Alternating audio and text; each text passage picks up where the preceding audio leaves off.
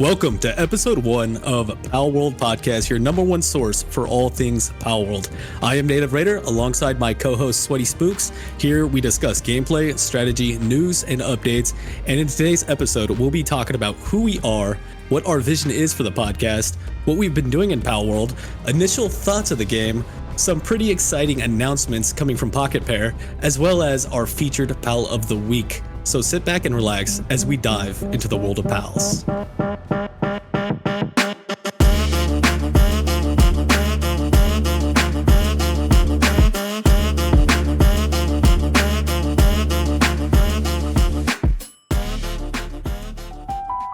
All right, bro. I've been excited about this episode 1 Palworld Podcast. How are you doing today? Hey, Tamers. This is SweatySpookz. Welcome to episode 1 of the Palworld Podcast. Me and my co-host here, N8iV R8R, we've been pretty excited to bring this to you and dive into this. A little bit different for us, but hey, we'll be diving into that here in just a moment. But yeah. Yeah, man, this is exciting. I fell in love with this game. But before we get too far into this game, I say we let the listeners know about who we are a little bit, just a brief introduction, if you will. So if you want to take the floor first. Yeah, sure, absolutely. So Tamers, my name is SweatySpookz. Basically, I've been a gamer for as long as I can remember. 31 years of age. I've been playing video games since I was about 5 years old, starting with Sonic the Hedgehog on Sega Genesis. I've been doing content creation for about 3 years now, and this will be the second project that I am participating with when it comes to podcasting. N8iV and myself, we run another podcast for a game called Destiny 2, called The Blueberry Lounge, where we have 45 wonderful episodes and counting, for your entertainment purposes. But, that's just a little bit about our experience. Now, in terms of my foundational relation to this game, I've been a hardcore Pokemon fan for about 25 years now. As soon as this released, I was pretty excited to jump on board and have been having a lot of fun ever since. And if you're wondering where you can find my content, you can find my content at twitch.tv/SweatySpookz, ending with a Z. You can also find our other podcast, The Blueberry Lounge, if you're so interested, in all platforms that you can catch a podcast, be it Spotify or Apple Podcasts. Yeah, beautiful, man. Me, myself, N8iV R8R, also a lifelong gamer. I'm 36 now. I'm going to be 37 in a few months. Kind of scary, but I've been gaming since my earliest memories. I love it. I started basically from the first Nintendo system, and I was also a big Pokemon fan as a kid growing up. I had the cards. I played the trading card game. I had a lot of fun with Pokemon. I kind of fell off of it a little bit, after the first initial release of Pokemon and those first, I guess, Indigo League. I didn't really stay up with it too much, maybe a little Pokemon Go here and there, but Palworld is kind of bringing that life back into me, like breathing it back into me. It's pretty awesome. But like Sweaty said, we do have another podcast, so we're not completely brand new, but we're not professionals either. So we have a passion for gaming. We have a passion for talking about it and bringing in the content to you guys. As far as content creation, my main platform is YouTube. That's where I kind of started about a year and a half, almost 2 years ago. I started there, and now I'm kind of really diving into the streaming element of Twitch and enjoying that. I've been streaming a lot of Palworld since it's come out on Twitch over there, and you can find me at twitch.tv/N8iV R8R, N8iV R8R. You can also find me at that same spelling over on YouTube. And of course, the Blueberry Lounge, which is our main podcast. But this one is also going to be one for us to really dive into and enjoy. So yeah, that's pretty much who we are. And now we just kind of want to let you guys know what our vision is for this podcast, what we want to bring to you guys. And you might have heard it right there in the intro a little bit about, we want to give you guys some gameplay tips, maybe some strategies for you, your base, your pals. We also want to bring about all the news and updates that's coming with this. And so far, what it seems to be is that the Palworld Pocket Pair, which is the developer, is very communicative via their Discord and also a little bit over Twitter. So it's been really nice. They've been updating a lot over the past, how many days has it been out now? Like 12 days, I want to say, that the game's been officially released to the public. It is still early access, but for me and Sweaty, I'd love to hear your thoughts too. The vision of this podcast is really to bring that like a one-stop shop source for you guys to not only listen to a game that you may be falling in love with right now, but also just enjoying, what we have to say about our opinions on it, as well as bringing you that news, the breaking news coming, all the announcements coming from Pocket Pair. What do you think? Definitely. And as is with all things, this being episode number 1, as things move forward, things are subject to change here. This is the first episode, and the identity of the show will probably take into its own as it grows itself. So, don't be too surprised if that happens. But what are we looking for in terms of, listeners for the podcast? Basically, we just want a good community, to game with, to build knowledge, bounce ideas off of back and forth. And, just to always have somebody to jump into a voice channel with and just to kind of hang out while, at the end of your work day, working on something. And that's really kind of the main thing that we're really good at doing. And we kind of hope that you join us, of course. But yeah, so what have I been doing in Palworld and what is my current focus? Well, it's kind of interesting. Probably not as far as you, Mr. Raider. You've been going hard in the paint, so to speak. Yeah. Now, I definitely had a strong start. I kind of fell off a little bit just because I've been in the process of building a new PC, which is now completed, and this is my last day off before I got to go back to work.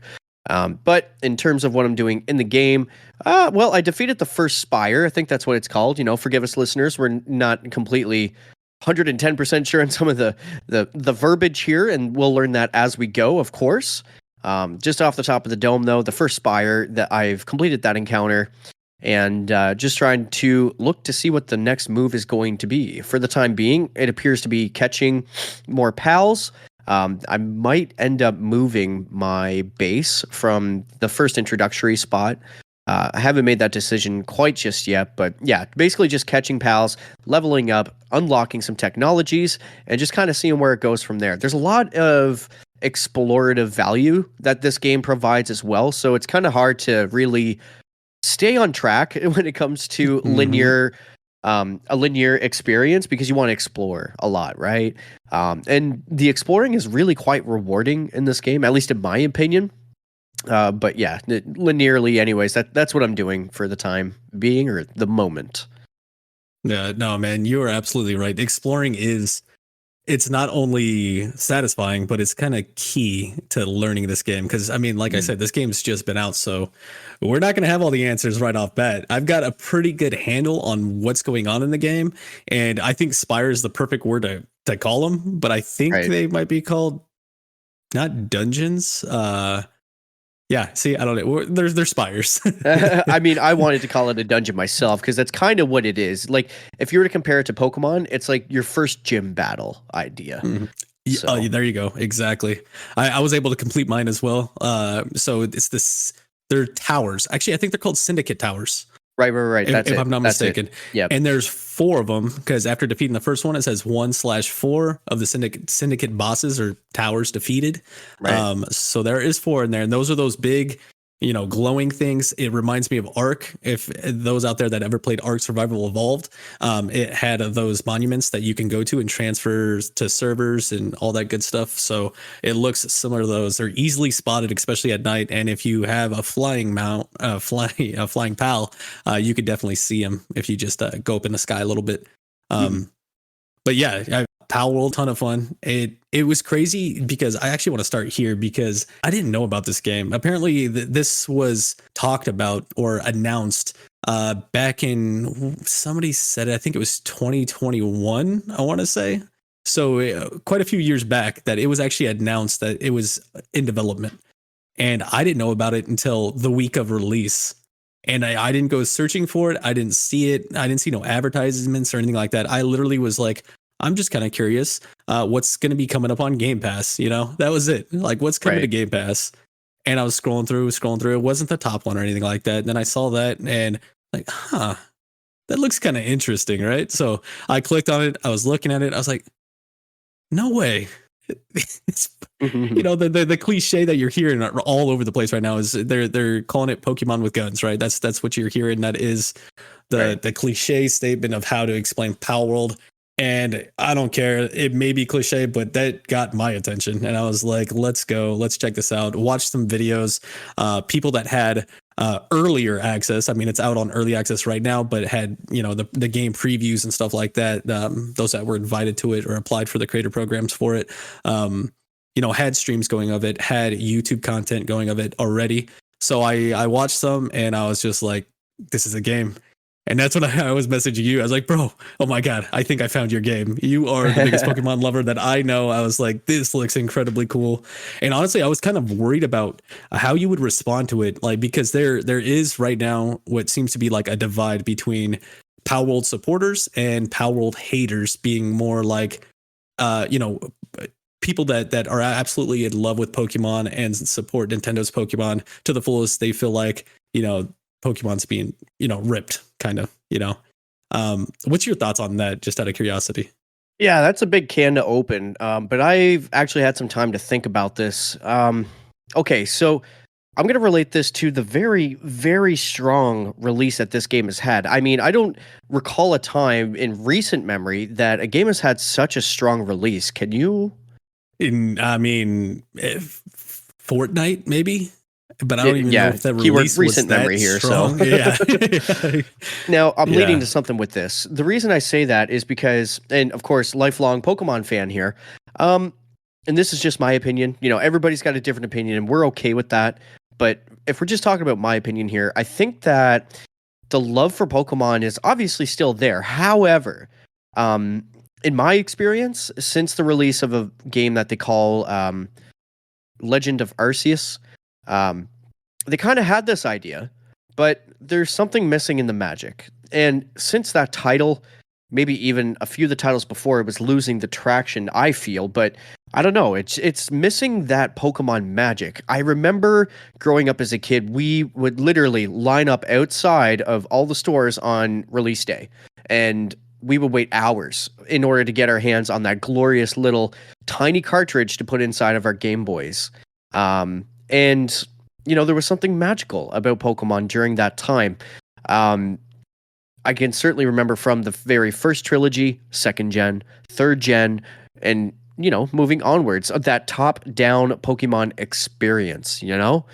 However, like I said, there's just been something in the sauce. I don't know if it's because they try to expand too much or commercialize it, or if Game Freak has just been working on a game for 25 plus years to the point that, like, maybe the creativity has been dried up and turned to a capitalism type of model. I'm not really sure here, but what this game does is it takes people like myself, lifelong Pokemon fans, and reintroduces the magic that we had all found in those original Pokemon games and mixed it to turn it into something different. Yes, of course, there's like guns and stuff like that. Like, sure, but, you know, adding the survival aspect, like, I think that's something that we have been asking for years.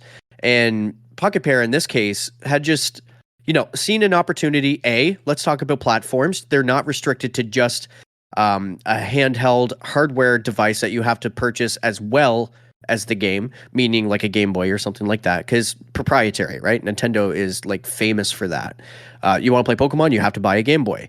You want to play Pokemon, you got to buy the new Wii. You want to play Pokemon, you got to buy the new Switch, you know, that type of thing. This is on a platform that is largely, in most people's homes, an Xbox, you know, Xbox Game Pass, Steam. A lot of folks these days, in my opinion, are starting to steer towards PC versus, I guess, like consoles and things like that. Just because the life cycle of that is no longer feasible with the dollar value that has to be invested in them. You know, you get an Xbox, you might be lucky to get 3 years out of it versus, and then have to, of course, purchase a new console that's released then because they're going to stop supporting the old consoles. Of course, maybe 3 years is a bit exaggerative. It's a little bit longer than that, of course. But the point is, whereas you could get a PC that you know is like good for the next 5 to 10 years and has the options of being upgraded in order to support future releases. So I think there's that going for it as well. Because we're in a very odd time in gaming, in my opinion, right now. And I think all of these things just lined up perfectly for Palworld. And not to mention, the price point is very fair. You're not paying $100 for, like a Pokemon game as an example, and then taking the chance maybe I don't like it because maybe the Pokemon in this aren't cool, or, there's just something to be said about what they have going here. It's very special. Now, of course, with it being early access, that does mean that this is only early development yet. Things are subject to change. Things are subject to improve. It's also subject to receive more content later down the road. So the fact that it's early access, the platforms that it supports, what it has to offer, I think has really put it into a superior and a very special position. Now, just to reference back to, Pokemon ripoff, like, you either love this game or apparently you seem to hate it. I think the hate just comes from people that want to see this level of success with Pokemon, and maybe just a little bit jealous that it's starting to be found elsewhere because it's being offered elsewhere, in my opinion. It's like I said, as longtime Pokemon fans, we've been looking for this type of experience for a long time. Since Game Freak and Nintendo were unable to provide it, we seem to be getting this dopamine elsewhere now. So, that's just my opinion on things. What do you think of that so far? Yeah, man. I mean, what you said totally makes sense. I think right now, Palworld, it is in a unique situation as far as where it's going to go from here. But what I think really brought this game to be such an explosion, right, on the charts, because I mean, it's already surpassed peak levels as far as player peak above. Like right now, I think on Steam charts, it is sitting at #1 for peak players at one time, playing at one time, with over 2 million players on Steam. Like it is that's number that's one. number two. Number one is going to be PUBG. No, bro. Really? It overtook that. Let me pull. Are you talking about here. like just in recent or all time? Last 30 days. Okay, then yes, you're right. Yeah. Yeah. So for the last 30 days, it is #1. Counter-Strike is 2, Dota 2, 3, PUBG 4, Apex Legends 5. I mean, that just goes to speak of like how big this game exploded. And what I was getting at was that when I was reading about this game initially, the week prior to release, I was sitting there and seeing like this could be either spectacular or a huge flop, because what they're doing here is blending genres that we've never really seen blended before, similar to our other main game, right? Destiny 2, where they kind of blended an MMORPG ish, like with first person shooter with sci-fi fantasy. They blended those elements, and Destiny has been a great success for a while. It might be on its tail end. We'll see. That's another topic for another podcast. However, they were also here in Palworld blending multiple different genres together. Mm-hmm. That being survival, that being, monster collection style games, that being crafting, right? Is just all the works, that they're putting into this. And that's honestly my initial thoughts. This is going to be either great or terrible. Like it's not going to go mediocre. And so far, from my experience playing it, I've been addicted to it, man. Like it has been crazy. I've dreamt about it when I went to sleep, which is kind of crazy for me. I don't dream about video games. I hardly ever dream as it is, but I've had dreams about this, and it's wild, man. Like it's got its hooks into me very deep, and that's why I really wanted to get this podcast off and going, because I think this is awesome. And I think time will tell to see what happens with the game, but I see success with it early on. You got to think about how much they've made, right? They've recently sold over 8 million copies of this game. Well, that, and just to backpack off of what you're saying, compound that with a single player experience, and it's not a free to play model, and there's no season pass, which kind of breaks the mold. Which kind of breaks the mold of what most developers have been doing the past few years, right? So I think that alone just really makes it stand out above the rest, in my opinion. Yeah, it's refreshing, right? Like it's refreshing to see that it has a nostalgic feel, not due to the Pokemon-esqueness of it, but the nostalgic feel of like, I purchased a game, I get to play this entire game without worrying about having pop-ups of microtransactions here and having to buy a pass. Now, maybe that will come down the line. Who knows? There has to be a continual funding if it's going to be some kind of live service type game, which we don't know if it's going to be. We'll see. Time will tell with it. But yeah, I am super enjoying it so far. As we get more into like the gameplay of what we've been doing in it, I relocated my base. My initial little starter base, like I relocated it. I am in, I think, Marsh Islands. I want to say that's the name of the island. I'm not sure. But I have built me a big wooden base, and it was pretty cool. I learned a lot of things down the road, which is I love. I'm doing my best not to be, going on YouTube or looking things up. I like to figure things out on my own. So I've been taking it slow. I haven't been power leveling. Like I know I can power level. I could be probably 10 more levels than I am now, but I wanted to take it. I wanted to like grasp each concept as I was unlocking them on my what is it called? The technology list, right? Right. The tree. Yeah, exactly. And so I've been really enjoying that piece of this game. And it's pretty damn expansive. I was actually honestly genuinely surprised of how much different things, elements and levels, and how you can change strategies with your base automation with pals in this game. And like sitting there and actually using your brain to sit there and figure out, okay, what is the best pal to put in this situation, whether it be working on the base, what is its level of, work suitability, how many should I have to do this? How many resources of this resource am I lacking on quantity wise? Maybe I don't need, I'm sitting at 5K of, wood.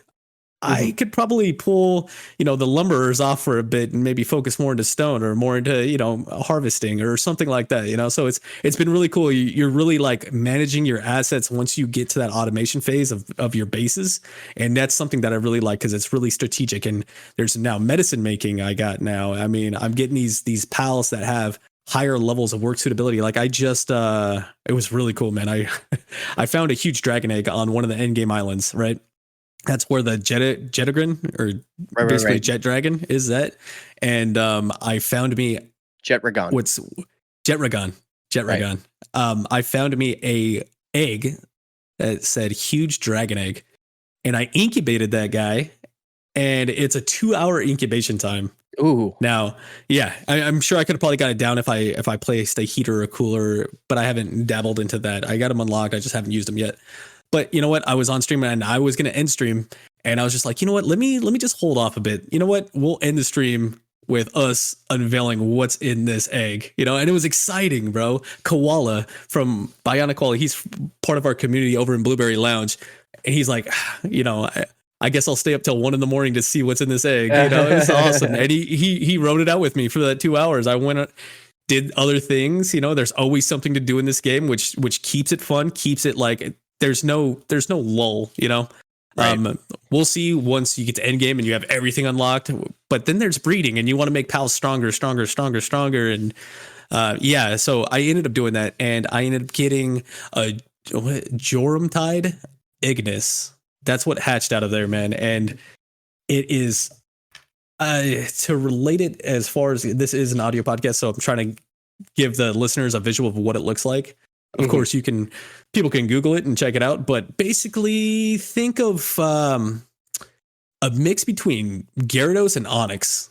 Oh, right. Yes. Okay. Yep. So it is a dragon type. Obviously, it was a huge dragon egg. And Ignis, meaning it's the fire version of that pal, right? So I'm assuming that the non-Ignis version of a Jorumtide would just be a water type. But I got that. And it has one work suitability. And that is kindling, which is how you smelt your ore into your ignite, your metal ingots. And so I tested that out. I had to test it out before I closed up stream, right? So I went to the other base that I just started, which is up on that, that end game volcanic island with a Jetragon. And I set up shop there. There's a spot, and I'm going to definitely share it. I'll probably make maybe a YouTube short out of it just to show people where I set that up. But there's lots of ore, and there's also a sulfur deposit that spawns there. You can place your base. I got the beds. I just got, stone platforms, stone foundation for them to lay on, whatnot, and one smelter, whatever it's called. What's it called?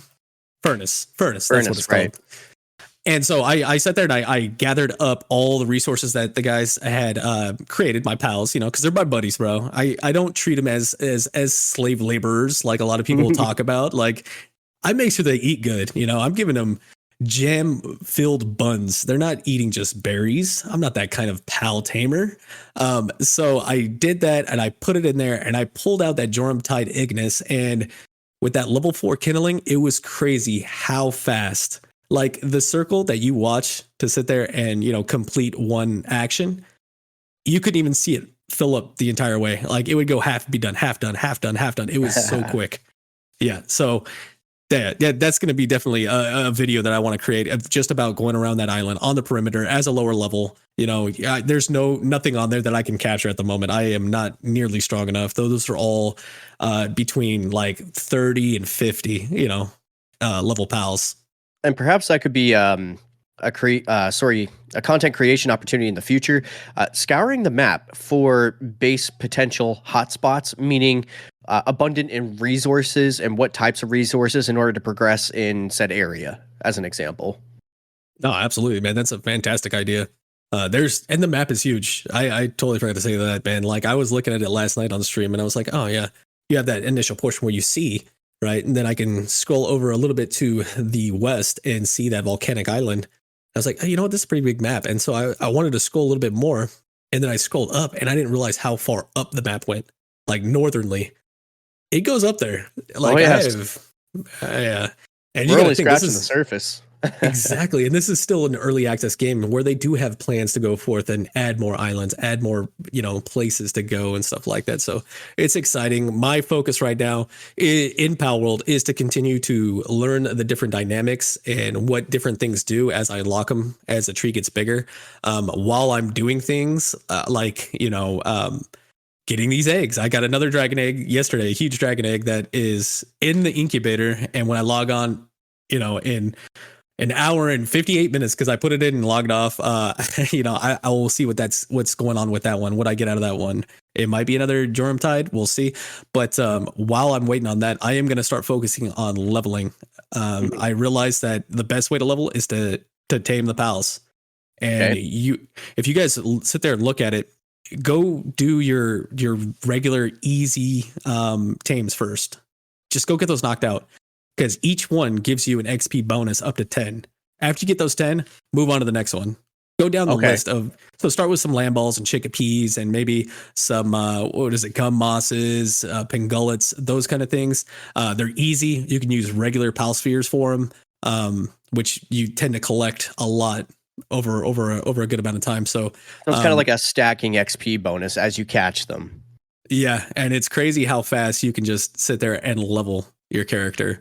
And then, start to progress to the harder ones where you're going to probably need megaspheres or gigaspheres and then hyperspheres and all that kind of good stuff. But yeah, I got me a pal condenser, which is cool. Condensing those pals. So after I use the XP bonus, I sit there and condense them and make that one pal or two pal even, stronger and better as a pal. So yeah, I like it, man. There's some really unique mechanics. I'm loving learning and playing this game. But is there anything else that you maybe anything that you want to do in the game? I know you've been jumping game to game a little bit, especially with your brand new PC, and it's been looking beautiful on stream, I might add. Yeah, dude. So you glossed over a couple mechanics that I have a big interest in. I don't know much about it yet, so pardon me, tamers. But one of the things that I hope to have some more information for you in our next episode is things like the rare pals mechanics, which could be comparable to shiny Pokemon. So we know that there are shiny values, 1 in 8,000 as an example, 1 encounter out of 8,000, you have a chance of finding a shiny. I'm curious what those values are in Palworld, so I'll be interested in doing some homework, see if I can find out that recipe there, but also the breeding recipes, which might help with mix and matching abilities or breeding for superior stats, if you want to take one into battle, or if you wanted to craft a pal, if you will, or breed a pal that had a specific purpose back at the base. And as an example, what is it? Lamball, I believe, can potentially get an ability called Superior, if I'm not mistaken. I seen that in your stream the other day, where Superior will boost his productivity at base by 20%. Is that correct? Yeah, so that's actually a good thing that you hit on is like they have those abilities, right? Is it a called ability? Is it something like that? Basically, and like the luckies, the luckies, which are the kind of like the shiny versions you were talking about, they Right. all typically roll with lucky as their I guess gold skill or gold ability that definitely enhances a certain trait. And there's a lot of different ones out there. And what's cool is it seems to be random rolls. So the same pal you catch, it Might could be like a have, utility skill or something. yeah, you can catch two pangolets that are right next to each other, and one has something like a diet lover, which is a gold skill to where they're less hungry by 15% or something like that, if I remember right. The other one could have cowardice to where their attack power is minus, so there's negative traits to them too. So when it comes to breeding, I think you're going to want to sit there and okay, you know what, I want to breed, say, Cativa, for example. I need to find a good male and a good female. And that doesn't necessarily mean that it's just all of them sitting there. You got to go find them. Like capture this one. Oh, that one's got no good stats. I don't like the stats it comes with. I guess it's gonna get the cleaver. Unfortunately, but So you keep just to finding compare, it. just to compare to Pokemon for the longtime Pokemon fans out there, what we're talking about is essentially is nature targeting. So as an example, if you were to start in Gen 2, Silver, Gold, or Crystal, or the remakes, if you were to start with a Cyndaquil, you want a timid nature because that is going to up his speed, and the downside is going to be his attack. But it's not going to take away from his special attack because you really want that. He's going to be using his flame attacks. He's going to have the higher speed, so you're going to be able to hit first. Except in this case, those natures are going to be relative to your base and how they're productive at your base while you're out catching and taming other pals. That's good to know. Yeah, I didn't know about that. I haven't played Pokemon since Red, maybe a little I'm bit very, ago. very knowledgeable. Yeah, oh, I know, bro. I know. Oh man, yeah, it's a lot of fun. I've been having fun with this game.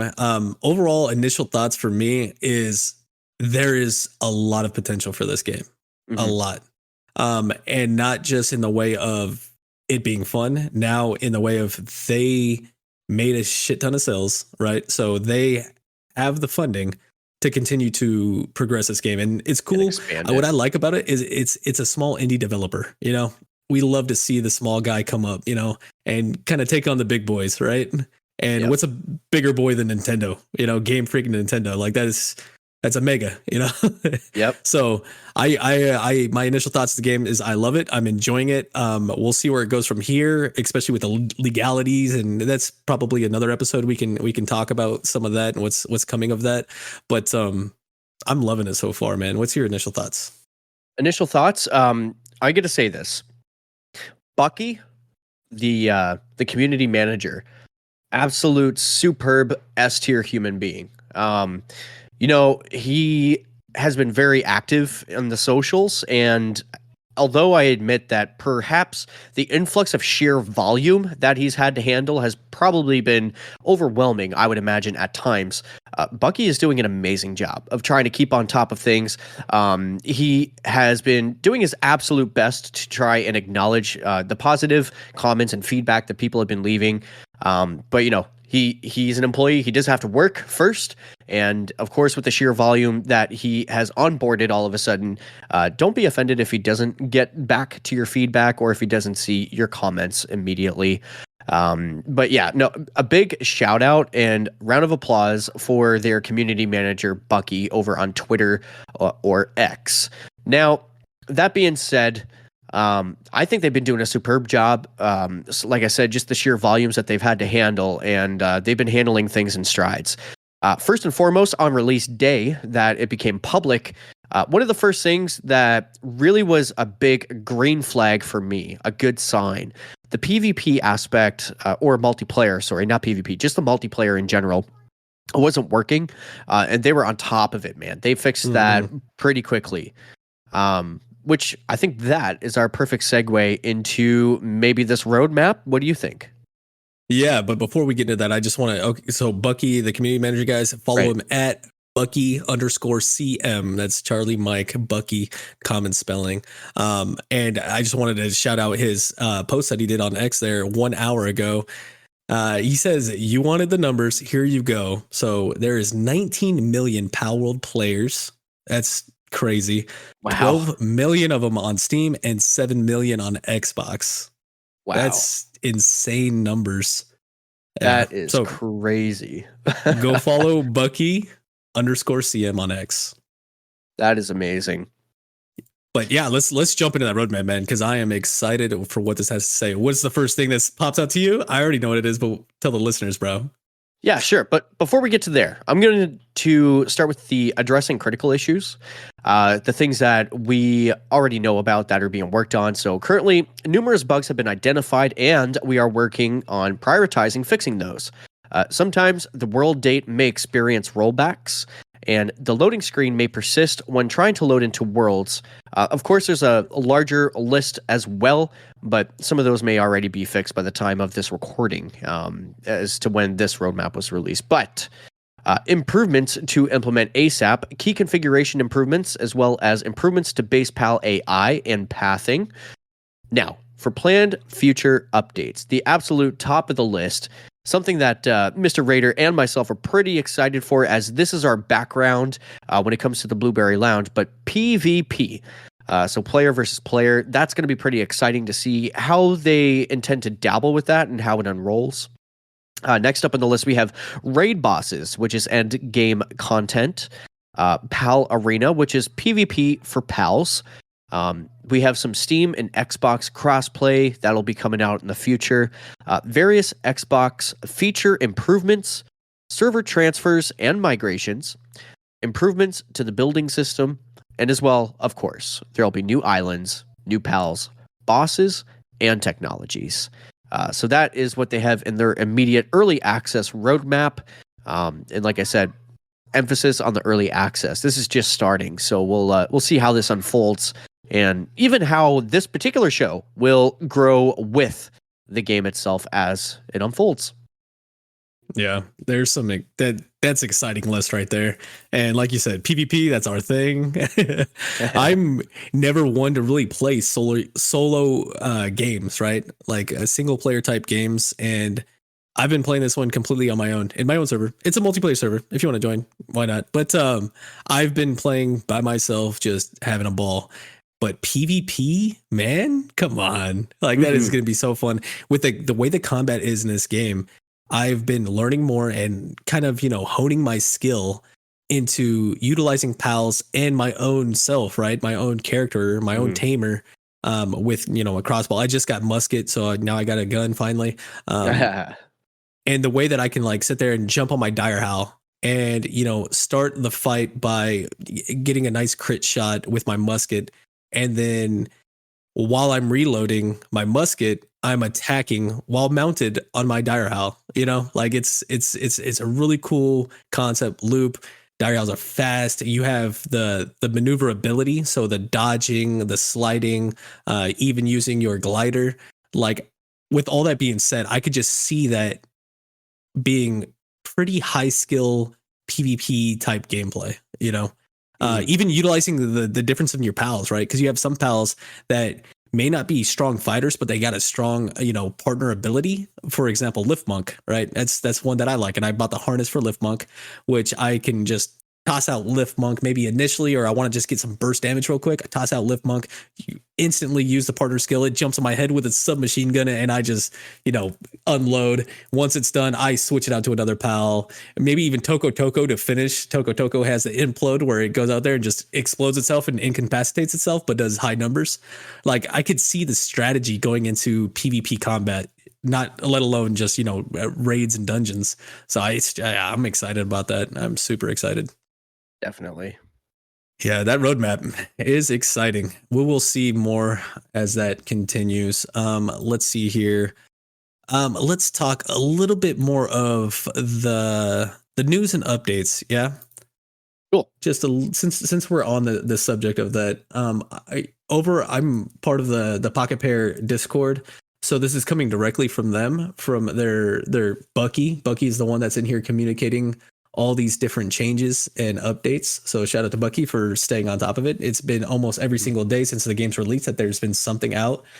They're aware of a lot of issues when it comes to especially the console side, the Xbox side of things, and they're hard at work with it. I mean, even on the PC side, I think it was the day of launch or the second day the game was out, they had to do an emergency meeting with Epic, just to get, the server situation done. So you can tell that they're not slacking off. They are on top of things. And I really like that. And just the open communication that they've been doing. So one of the things that they just announced the other day, the most recent, I guess I would say, is the server infrastructure notice, and they say that there will be some changes to multiplayer system infrastructure at 10 p.m. Pacific Standard Time, and that is today. So it is currently ongoing. As far as I'm tracking, they haven't said that it has stopped or anything like that with this, whatever the maintenance that they're doing in the background. But It does say that these changes will not affect any players or saves, but you may experience difficulty connecting to servers and multiplayer around this time. Now, guys, I do want to let the listeners know out there that this game is a small indie developer. They don't have some massive mega team or studios and a ton of developers. So be patient with them. That's all I'm going to say, because I think it's important to realize that I don't think they expected 19 million players in the first 12 days. No. So could you imagine the amount of, I guess, I don't even know the word like world. Just like I said, those sheer volumes, right? Volumes. There you go, man. Like, you're always better with the words. Thank you so much for helping me out with that one. But yeah, so just be patient. It's an early access game. It is hugely popular right now. There's going to be issues, so bear with them as they work this stuff out. But right. Outside of that, there's also been, they're working on they already had worked on it. I believe it's mostly resolved, and that's the infinite loading. So there was an issue where people would try to load in. I had the issue myself to where it would stay on the loading screen and just load and load and load. And that's when I was actually trying to get into one of the official servers. So that I believe has been resolved, but if not, reach out to them if you're still having issues. But yeah, I still got to go and try it again on Xbox, because I haven't tried it since day one release. So I'm not sure exactly how it's going on Xbox, but they're working on it. But we'll continue to give you guys news and updates with each podcast episode that we bring to the table. That's right. Also, what we'd like to do is at the end of every episode, we'd like to feature a pal of the week. And for the time being, at least until we get some sort of feedback, we're probably just going to move linearly with the pal deck. So, of course, number one, starting off, Lamball. You've seen him. You love him. He's a cute little fluffy guy that's got the devil horns on him. And we absolutely love Lamball. So he is number one. He's a neutral element and drops wool as well as Lamball mutton. His partner skill is Fluffy Shield, so when activated, equips the player and becomes a shield. Sometimes drops wool when assigned to the ranch. For his works, or she, I guess, we don't know their pronouns. Could be a boy or a girl. Either or, because you can breed them. That's right. So for work sustainability, we have handiwork, transporting, and farming. Mostly found throughout the day.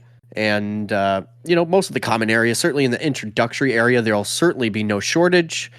Now, just to quickly read off a little bit of the wiki's definition in terms of their appearance. Lamball, as their name suggests, is a spherical pal resembling a lamb. They are bipedal and have short, stubby arms and legs and a shiny golden eyes. The body and long ears of Lamball are a grayish brown with white wool enveloping their body. On the top of Lamball's head features two small orange horns. They have two gold gems on their chest, similar to buttons which, combined with their wool, give off the appearance of a parka, which is, pretty neat. Mm-hmm. Let's see, some active skills. For level 1 is roly-poly, so Lamball's special skill curls into a ball, rolling after enemies in its way, becomes dizzy and unable to move after the attack ends. Once you hit level 7, you'll have Air Cannon, which quickly fires a burst of highly pressurized air. Level 15, Power Shot, charges enemy into a focused blast. Level 22, Implode. risks its life to cause a violent explosion, becomes incapacitated afterwards. Level 30, Electric Ball.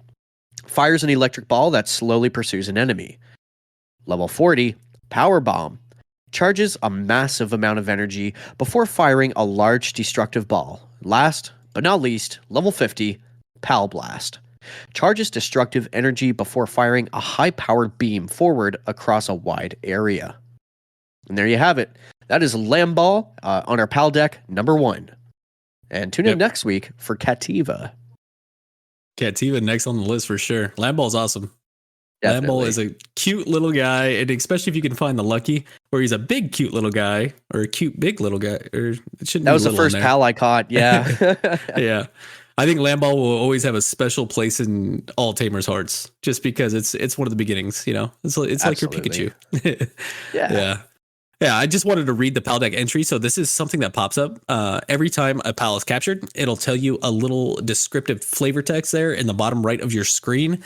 And it sucks because sometimes I don't notice it and I catch it too late and it disappears. And you can go back to your PAL deck probably to read it. But what it says here for Lamball for its PAL deck entry, once you capture it, you'll see it on the bottom right of your screen. It says, a walk up a hill tends to end with this PAL tumbling back down. This causes it to become dizzy and unable to move, making it easy to capture and kill. As a result, this PAL has tumbled down to the very bottom of the food chain itself. I like those little entries that Pocket Pair's done. They're really interesting. Kind of gives you some insight to the PALs and to the world of Palworld. And there is lore in this, by the way. I know it's a little off topic there, and that's something that I want to learn more about in game.